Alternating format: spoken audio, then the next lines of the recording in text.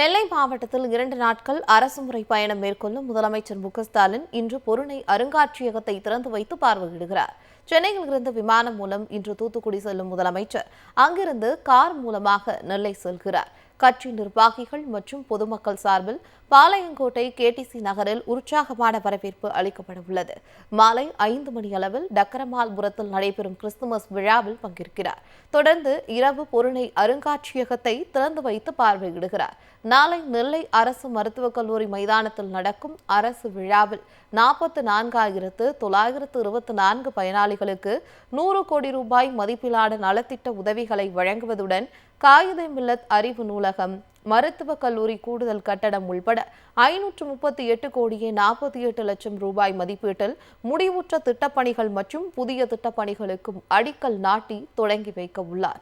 நெல்லை மாநகரம் முழுவதும் கொடி தோரணங்கள் கட்டப்பட்டு வரவேற்பு பதாகைகளும் வைக்கப்பட்டு விழா கோலம் பூண்டுள்ளது.